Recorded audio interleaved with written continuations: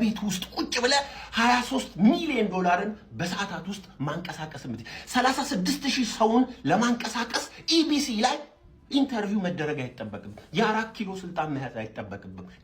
ይሄን ቪዲዮ ብቻ ይውልኝና ሌላውን በቃ ከዚህ በኋላ አትዩኝ።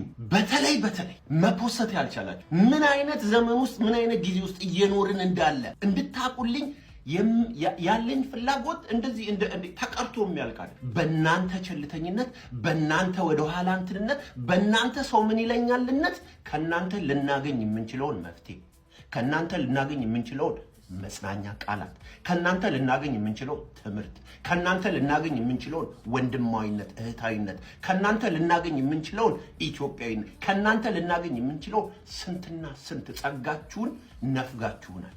ይሄ ቀን ከሌሊት የሚያናድደኝ የሚያበሳጨኝ የሚያብሰለስለኝ ጉዳይ። ስለዚህ ይሄን ነገር አቤቱታ ከማቅረብ አንፃር 86900 ምናምን ሰዎችን ኤግዛምፕል ማድረግ ይችላል።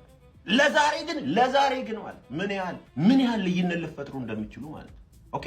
አንድ ሰው አሁን እየተካሄደ ያለ በዚህ ቅጽበት ውስጥ እየተካሄደ ያለ አንድ ተአምር አለ አሜሪካ ውስጥ። ወደ ተአምሩ ልሂድ። ይሄ ኤርላይን የአየር መንገድ ነው፣ የአሜሪካ አየር መንገድ ነው። ስፕሪት ኤርላይን ይባላል።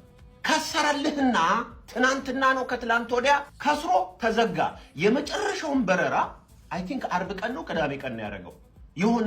የሆነ ቪዲዮ እንደውም ቫይራል ይወጣል። ካፒቴኑ ይሄ የመጨረሻ የኤርላይኑ በረራ ነው ከ1983 ዓመተ ምህረት ጀምሮ ስራ ላይ የነበረ ኤርላይን ማለት ወደ 20,000 30,000 ሰው በአንድ ቅጽበት ውስጥ ስራ አጥ ነው የሆነው። 9 ፓይለቶች ስራ አጥ ነው የሆኑት። 9 ክሩ መንበሮች ስራ አጥ ነው የሆኑት። 9 ግራውንድ ቴክኒሻል ስራ አጥ ነው የሆኑት።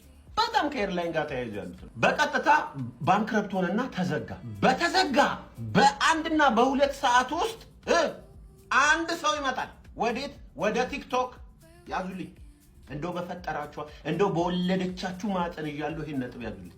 አንድ ቲክቶከር ይመጣል። ቲክቶከርም አይደለም ሲጀመር ሰውየው፣ ግን የሆነ ሰው ቲክቶክ ላይ ይመጣል። ማን ነው? ብራዘር መጣልክ። ምን ብሎ ነው የሚመጣው? ቲክቶክ ላይ መጣ። አንድ አይዲያ ብልጭ አለለት። ከዚህ ዜና ጋር ተከትሎ ለምን እያንዳንዱ ዜጋ ከ30 እስከ 40 ዶላር ሼር ቢገዛ አሜሪካ ውስጥ ከ18 ዓመት በላይ የሆኑ 250 ሚሊዮን ዜጎች አሉ። በሰዎች ኦን የሚደረግ ባለቤትነቱ በእኔና በእናንተ በተራ ዜጎች ባለቤት የሚሆን ከዛ ናሽናላይዝድ እናደርገውና ባለቤትነቱ የተራ ዜጎች ይሆናል። ከዛስ ከተገዛ በኋላስ ተራ ዜጎች ትኬትም ሲቆርጡ ምንም ሲሉ ቅድሚያቸው ይሆናል። የሁሉም ነዋ፣ የእነሱም ነዋ። አስባችሁታል? ሌላውና ኤርላይንስ ራሱ እንዴት ወበከንዲ ሊያደርገው እንደሚችል ይሄ ሀሳብ አለኝ ብሎ ሌትስ ባይ ስፕሪት ኤርላይንስ የሚል አይዲያ ፕሮፖዝ አረገ። ከዛ ሌትስ ባይ ስፕሪት .com የሚል ዌብሳይት አረገና ይሄ ሀሳብ የሚመቻችሁ ነው ወደኔ ያለ። ምን ተፈጠረ አትሉልኝም? ምን ተፈጠረ በሉ። ዌብሳይቱን ስታብሊሽ አድርጎት በሰዓታት ውስጥ ማለት ነው 23 ሚሊዮን ዶላር ነው የሰበሰበው። 36,000 ሰዎች በሰዓታት ውስጥ ወደዛ ዌብሳይት ሄደው ዶኔት አደረጉ። 36,000 ሰዎች። ከዛ ምን ሆነ? በጣም ኔትወርኩ ወደ ዌብሳይቱ የሚሄደው ኔትወርክ ሰው በጣም ስላጨናነቀው ዌብሳይቱ ክራሽ አደረገ ማለት ነው። አሁን ፊክስ እያደረጉት ምናምን ነገር ይመስላል። ዜናውን ዓለምን አሜሪካን እንዳለ ያጥለቀለቀ። ቲክቶክ ክሬተርስ ፕላን ቱ ክራውድ ፈንድ ስፕሪት ኤርላይንስ ሂት ኒርሊ 23 ሚሊዮን ኢን ፕሌጅስ ቢፎር ዘ ሳይት ክራሽ ይላል። ያው ሳይቱ ክራሽ ያደረገበት እንትን ሆኖ ባይ ሰንዴ ሉክ ሃንተር ፔተርሰን ላውንችድ ሌትስ ባይ ስፕሪት .com ዊዝን ሃወርስ ኦፍ ኤርላይንሱ በተዘጋ በሰዓታት ውስጥ አረገው። ባይ ሰንዴ አፍተርኑን ሂ ሳይት ሰይድ it had drawn pledges from more than 36,000 people። ለምንድን ነው ይሄን ነገር ይዤ የመጣሁት ነው ትልቁ ጥያቄ እሱ ነው። ባይዘው ለምንድን ነው ይሄን ነገር ይዤ የመጣሁት? ወደ ጥያቄ ልምጣ። ይሄ ልጅ እንደናንተ አስቦ ሰው ምን ይለኛል ምን ወብጄ ነው ተራ ዜጎች የኤርላይንስ ባለቤት እንዲሆኑ ምናምን ይላል እንዴ ጠሽሻል እንዴ የሚሉ ሰዎችን ብቻ ቢያስብ ኖሮ፣ በሌላ አነጋገር የደደቦችን ኮመንት ብቻ ቢያስብ ኖሮ፣ የድንጋዮችን ኮመንት ብቻ ቢያስብ ኖሮ ይሄንን ሐሳቡን ነፍጎን ነበር። አብዛኛዎቻችሁ የተቀመጣችሁት በሰዓታት ውስጥ 36,000 ሰው ጠሪያችሁን ሊቀበል እንደሚችል አይደለም የሚታሰባችሁ።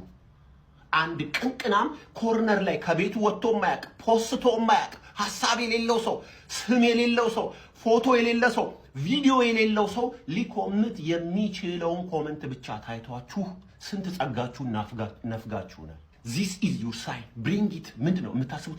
የምንኖርበት ዘመን ይሄ ነው። ከቤት ውስጥ ቁጭ ብለ 23 ሚሊዮን ዶላርን በሰዓታት ውስጥ ማንቀሳቀስ የምትችል 36000 ሰውን ለማንቀሳቀስ ኢቢሲ ላይ ኢንተርቪው መደረግ አይጠበቅም። የ4 ኪሎ ስልጣን መያዝ አይጠበቅም። ካንተ የሚጠበቀው ሐሳብ ነው ወይ? አለቀ። ከዛ በኋላ ይሄው ያለንበት ዘመን ዓለም በእጅ ነው።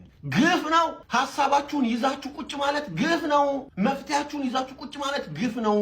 የእናንተ ንቀት እነ ሰይፉ አሉ ብላችሁ አለማሰባችሁ። ሊደግፉን ይችላሉ። በሐሳባችን እንኳን ባይስማሙ እንኳን ከመስደብ ይልቅ ስክሮል ሊያረጉ የሚችሉ ብዙ ሰዎች አሉ ብላችሁ አለማሰባችሁ። እናንተ የሚታያችሁ ባለጌው ብቻ ነው። ለዚህ ነው ከእናንተ ጋር ከባድ የሆነ ቢፍ ያለብኝ። ስታርት ፖስቲንግ ጊቭ አስ ዩር አይዲያስ። ቢዝነሳችሁን ለማስተዋወቅ ታለንታችሁን ለማስተዋወቅ በቀላሉ የፈለጋችሁትን ነገር ማድረግ የምትችሉበት ቦታ ላይ ናችሁ ያላችሁ፣ ዘመን ላይ ናችሁ ያላችሁት። ለማናባታችሁ ብላችሁ ነው እናንተ የበይ ተመልካች የምትሆኑት።